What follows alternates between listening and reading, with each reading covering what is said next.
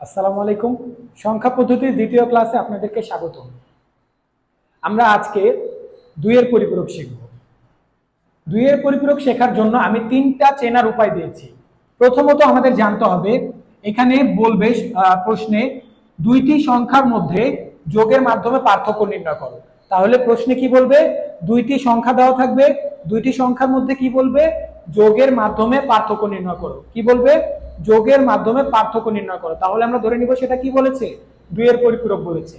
আচ্ছা, দুইয়ের পরিপূরক করার জন্য আমাদের দুইটি সংখ্যার মধ্যে যেই সংখ্যাটা ছোট তাকেই দুইয়ের পরিপূরক করতে হবে। কাকে করব? যেই সংখ্যাটা ছোট তাকেই দুইয়ের পরিপূরক করব। ওকে, তাহলে আরেকটা কি পেলাম? ছোট সংখ্যাকে দুইয়ের পরিপূরক করব। আচ্ছা, দুইয়ের পরিপূরক কিভাবে করতে হয়? বাইনারি করে করতে হয়। বাইনারির মাধ্যমে কত বিটে করতে হয়? 8 বিটের মাধ্যমে। ওকে, এই জিনিসগুলো যদি আপনার জানা থাকে আপনার জন্য দুইয়ের পরিপূরক একদম ইজি। ওকে, আমরা এখন ঢাকা বোর্ড 2019-এ আসা একটা অঙ্ক যেটাতে দুইয়ের পরিপূরক চেয়েছে, এটা সমাধান করলে আরো ভালোভাবে বুঝতে পারবো। আচ্ছা, এখানে বলেছে তাসকিন স্যার শ্রেণীকক্ষে আইসিটি বিষয়ের সংখ্যা পদ্ধতি নিয়ে আলোচনা করছিলেন। ক্লাসের এক পর্যায়ে স্যার সোহেল ও রোহানকে জিজ্ঞেস করলেন, তোমরা প্রথম সাময়িক পরীক্ষায় আইসিটি বিষয়ে কত নম্বর পেয়েছিলে? সোহেল বলল 105 অক্টাল এবং রোহান বলল 4F হেক্সাডেসিমাল। পিছনে বসে থাকা মিতা বলল, স্যার আমি তো 100111 বাইনারি নম্বর পেয়েছি। আচ্ছা, এখন আমাদের ঘ নাম্বার প্রশ্ন বলেছে দুইয়ের পরিপূরক। আমরা ক খ গ এখন পড়বো না। সোহেল ও রোহান এর প্রাপ্ত নম্বরের মধ্যে পার্থক্য যোগের মাধ্যমে নির্ণয় করা যায় কিনা মতামত দাও। তাহলে এই যে আমি বললাম না, দুইটি সংখ্যা, একটা সোহেলের নাম্বার আর একটা রোহানের নাম্বার। এখানে বলছে সোহেল ও রোহানের নাম্বারের পার্থক্য যোগের মাধ্যমে নির্ণয় করতে, যোগের মাধ্যমে পার্থক্য নির্ণয় করতে। তাহলে যোগের মাধ্যমে পার্থক্য কথাটা বললেই আপনি কি করবেন? দুইয়ের পরিপূরক করবেন। আর দুইয়ের পরিপূরক কাকে করতে হয়? ছোট সংখ্যাকে। আসেন আমরা অঙ্কটা করি, তাহলে ভালোভাবে বুঝতে পারবো। আচ্ছা, সোহেলের নাম্বার কত? সোহেলের নাম্বার হচ্ছে 105 অক্টাল নাম্বার। আর রোহানের নাম্বার কত? 4F, এটা হেক্সাডেসিমাল। ওকে, তাহলে দুইজনের নাম্বার এভাবে আমরা খাতায় লিখে ফেলবো। এখন আপনি কি আমাকে বলতে পারবেন দুইটির মধ্যে ছোট সংখ্যা কোনটা? আমরা কিন্তু এভাবে বলতে পারবো না দুইটির মধ্যে ছোট সংখ্যা কোনটা। আমাদেরকে দোনোটারই দশমিক করতে হবে, কারণ আমরা দশমিক সংখ্যা চিনি। হেক্সাডেসিমাল, অক্টাল এগুলোতে থাকলে আমরা বুঝতে পারি না কোনটা ছোট কোনটা বড়, অথবা বাইনারি থাকলেও আমরা বুঝতে পারি না। তাহলে এই দুইটার দশমিক করে নেব আমরা ক্যালকুলেটরে। দশমিক করে তারপরে আমরা দেখব।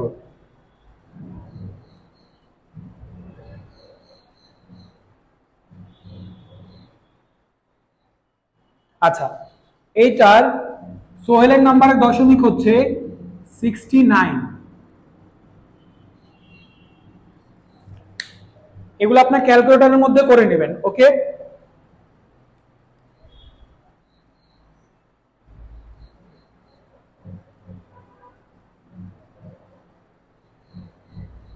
রোহানের নাম্বারের দশমিক হচ্ছে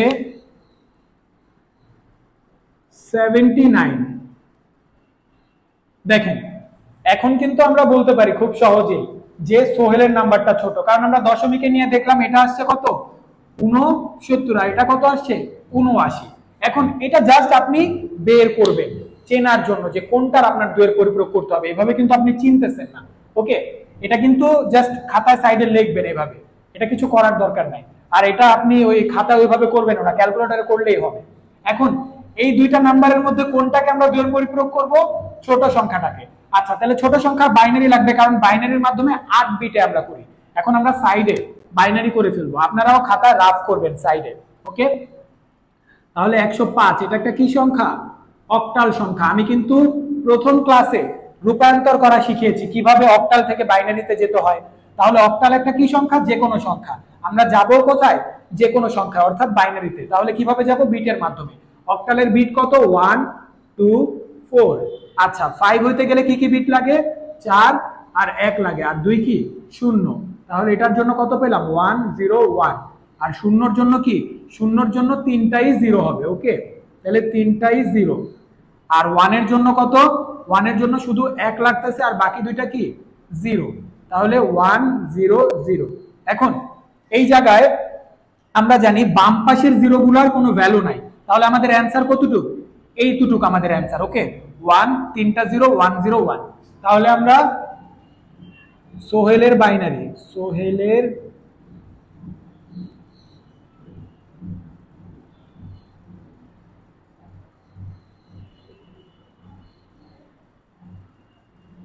বাইনারি নাম্বার কত? আচ্ছা, আগে নাম্বারটা লিখবো 105। অক্টালের বাইনারি কত? 1 0 0 0 1 0 1। এটা কি সোহেলের বাইনারি পেলাম? ওকে, আচ্ছা এখন আমরা 8 বিটে করব। ওকে, 8 বিট রেজিস্টারে লিখব, 8 বিট রেজিস্টারে 8 বিট করব। এখানে কয়টা বিট আছে দেখেন তো? তিনটা 6টা, একটা 7টা। যদি আমরা 6টা বিট থাকে তাহলে এক্সট্রা 2টা শূন্য নিব। যদি আমাদের 5টা বিট থাকে তাহলে এক্সট্রা 3টা শূন্য নিব। এখানে 7টা বিট আছে, এক্সট্রা একটা শূন্য নিলে 8 বিট হয়ে যাবে। তাহলে আমরা এই পাশ থেকে 7 1 0 1, তিনটা 0 1, আর একটা কি নিয়ে নিব? এক্সট্রা 0 নিয়ে নিব। এখন আমরা 1 এর পরিপূরক করব। 1 এর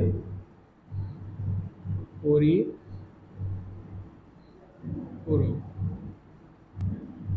1 এর পরিপূরক একদম সহজ। এই যে বাইনারি মানটা আছে না, এটাকে উল্টে দিবেন, মানে 0 থাকলে 1 দিবেন, 1 থাকলে 0 দিবেন। এটাই হচ্ছে 1 এর পরিপূরক, একদম সহজ। তাহলে 0 থাকলে 1, 1 থাকলে 0, 1 1 1 0 1 0। এটা হচ্ছে কি 1 এর পরিপূরক। এখন শেষের সংখ্যার সাথে আমরা 1 যোগ করব। এই শেষের সংখ্যার সাথে কি করব? 1 যোগ করব। তাহলে আমরা 2 এর পরিপূরক পাবো। কি পাবো? 2 এর পরিপূরক। ওকে, শেষের সংখ্যার সাথে 1 যোগ করলে আমরা 2 এর পরিপূরক পাবো। আচ্ছা, এটা তো বাদ, এটাকে উল্টে তো এই নাম্বারটা পেলাম আমরা। তাহলে এটার সাথে আমরা এটা যোগ করি। 0 এর সাথে 1 যোগ করলে 1 হয়, 1 এর 1 0 1 1 1 0 1। ওকে, এটা আমাদের কি মান বের হলো? 2 এর পরিপূরক। এই যে 2 এর পরিপূরক এতটুকু পর্যন্তই ছিল, কিন্তু আমাদের বলছে যোগের মাধ্যমে পার্থক্য। এই ছোট সংখ্যাটা যে ছিল, ছোট সংখ্যাটা 2 এর পরিপূরক করলাম। এখন একটা বড় সংখ্যা ছিল না, এটার বাইনারি করব। বাইনারি করে এই মানটা আমরা জাস্ট যোগ করে দিব, তাহলে 2 এর পরিপূরক শেষ। আচ্ছা, তাহলে বড় সংখ্যাটা কত? 4f। এটারও বাইনারি করতে হবে, 8 বিটে নিতে হবে। তাহলে 4f, এটা কোথায় আছে? হেক্সাডেসিমালে আছে। তাহলে হেক্সাডেসিমালের বিট কত? 1 2 4 8। হেক্সাডেসিমাল থেকে বাইনারিতে যাব, মানে যে কোনো সংখ্যা থেকে যে কোনো, তাহলে বিটের মাধ্যমে যাব। ওকে, আচ্ছা তাহলে আমরা এখন এফ হইতে গেলে কি কি লাগতেছে? এফ মানে 15, তাহলে 8 লাগতেছে। 8 আর 4 কত? 12, 12 আর 2 কত? 14, 14 আর 1 কত? 15, অর্থাৎ সবগুলা বিট কাজে লাগতেছে। তাহলে 1 1 1 1। ওকে, আচ্ছা এগুলো বোঝার জন্য কিন্তু আপনাদের প্রথম ক্লাসটা করতে হবে, না হলে কিন্তু বুঝবেন না। 4 হওয়ার জন্য কি লাগে? শুধু 4 লাগে, আর বাকিগুলা কি? 0। ওকে, তাহলে এখন আমরা 0 1 0 0 এটা পেলাম। আচ্ছা, এটা অলরেডি 8 বিটেই আছে এই বাইনারিটা। ওকে, তাহলে আমরা লিখি এখন কত? রোহানের নাম্বার। তাহলে রোহান কত? রোহানের নাম্বার কত? এটা 4f, 4f হেক্সাডেসিমেলে আছে। এটার বাইনারি কত করলাম? 0 1 0 0 4টা 1। ওকে, আর সোহেলের নাম্বারের 2 এর পরিপূরকের অ্যান্সারটা নিব।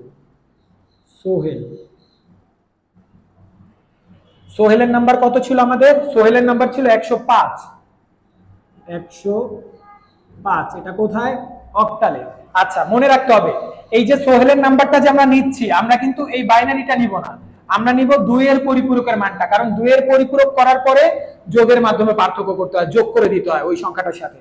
তাহলে এই যে এটা যে ধনাত্মক ছিল সংখ্যাটা, মানে প্লাস আকারে ছিল, কিছু নাই মানে কি প্লাস আকারে আছে, এটা 2 এর পরিপূরক করার কারণে আমরা তো এই মানটা নিব, এটা মাইনাস হয়ে গেছে। তাহলে আমাদের সামনের চিহ্নটা কি হবে? মাইনাস হবে, কিন্তু আলটিমেটলি আমরা কিন্তু যোগ করব দুইটাকে। ওকে, আচ্ছা এখন এটার মানটা বসাই দিই আমরা 1 0 1 1 1 0 1 1। এখন আমরা অ্যান্সারটা নিচে লিখি। আচ্ছা, এই অ্যান্সার জানার জন্য আমাদের কিছু যোগ জানতে হবে। ওকে, আমরা এই জায়গাটা একটু মুছে ফেলি। এই সূত্রটা কিন্তু আপনারা তুলে রাখবেন খাতায়, ভিডিও টেনে। আমরা জানি 1 যোগ 1 কত হবে 10, এটা বাইনারিতে। ওকে, যোগের ক্লাসে আপনারা বুঝতে পারবেন। তাহলে 1 যোগ 1 10 হয়, জাস্ট এতটুকু মাথায় রাখেন। আর 3টা 1 যোগ করলে 11 হয়। ওকে, 1 যোগ 1 কত হয় 10, আর 3টা 1 যোগ করলে কত হয় 11। এতটুকু যদি মাথায় রাখেন তাহলে আপনারা পারবেন। তাহলে এখানে যে যদি আমরা যোগ করি 1 যোগ 1 কত হবে 10, 10 এর 0 হাতে থাকে 1। এখন দেখেন তো কয়টা 1 হইতাছে, 3টা 1, হাতের 1 আর 2টা 1 কত 3টা 1, 3টা 1 যোগ করলে কত হয় 11, 11 এর 1 হাতে থাকে কত 1। এখানে 0 এর জায়গায় যদি 1 বসান, 2টা 1 যোগ করলে কত হয় 10, তাহলে 2টা 1 এর 10 এর 0 হাতে থাকে কত 1। আবার কয়টা 1 হইতেছে এখন 3টা 1, হাতের 1 আর 2টা 1, তাহলে 3টা 1 যোগ করলে কত 11, 11 এর 1 হাতে থাকে 1। তাহলে 1 আর 1 যোগ করলে কত হবে 10, 10 এর 0 হাতে থাকে 1। 1 আর 1 যোগ করলে কত হবে 10 এর 0 হাতে থাকে কত 1। 1 আর 1 যোগ করলে কত হবে 10, 10 এর 0 হাতে থাকে কত 1। 1 আর 1 যোগ করলে কত হবে, এখন কোনো কিছু নাই মানে কি 10 এর 10। ওকে, আচ্ছা এই জায়গাটা একটা জিনিস আমাদের বুঝতে হবে।